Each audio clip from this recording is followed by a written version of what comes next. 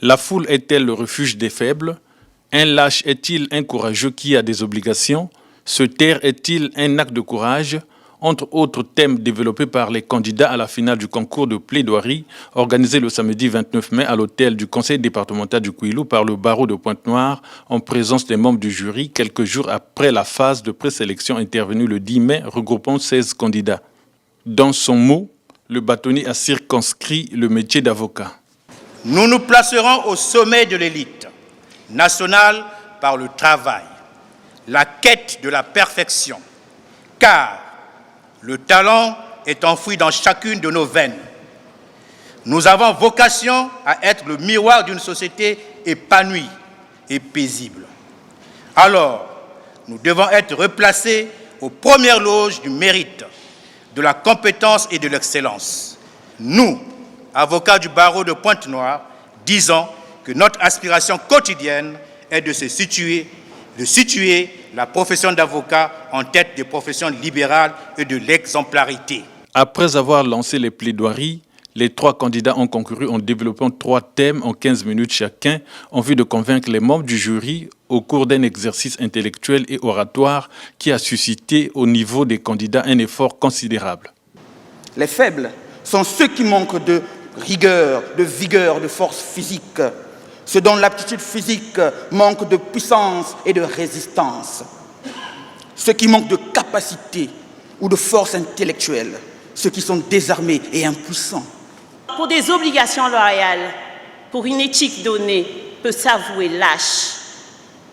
C'est pourquoi je fais mienne l'assertion de Dominique Hope, président de la Cour des droits de l'homme, et suivant laquelle je cite « Parfois, le véritable courage, c'est oser être lâche aux yeux des autres. » S'expliquer sur cette place temporaire de la vérité qu'était la conférence nationale, un fera le choix de se taire, le chef de l'État de l'époque, et il le fera de manière la plus sage qui soit, en prenant sur lui le mal de tous.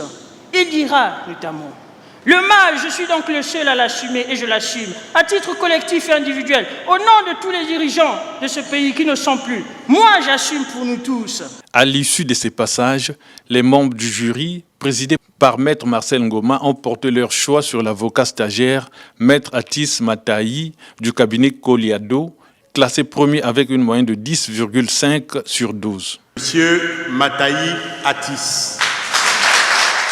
Cette distinction lui attribue également la fonction de premier secrétaire de conférence du barreau. Je m'en réjouis, je m'en félicite et je félicite également mon confrère et ma consoeur pour la qualité du travail qu'ils ont accompli, pour le talent oratoire. Personne n'a démérité. Il fallait bien que l'un d'entre nous soit en tête. Au terme de la cérémonie, le bâtonnier a félicité les lauréats tout en les exhortant au travail.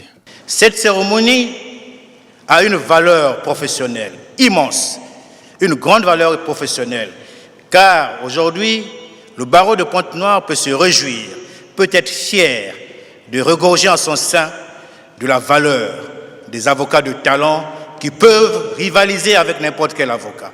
Félicitations à tout mon barreau.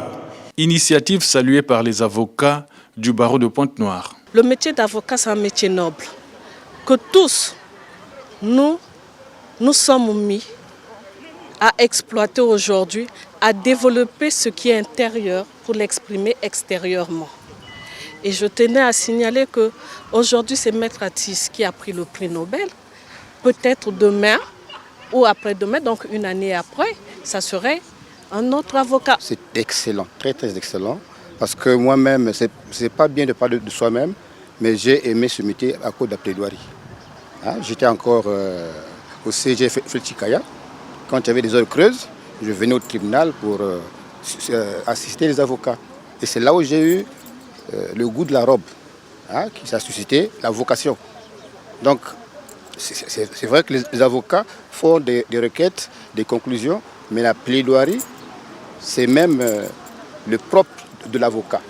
Après Maître Atis Matayi, Maître Philippe Bansinta et Aris Mvumbi ont respectivement occupé la 2e et 3e place.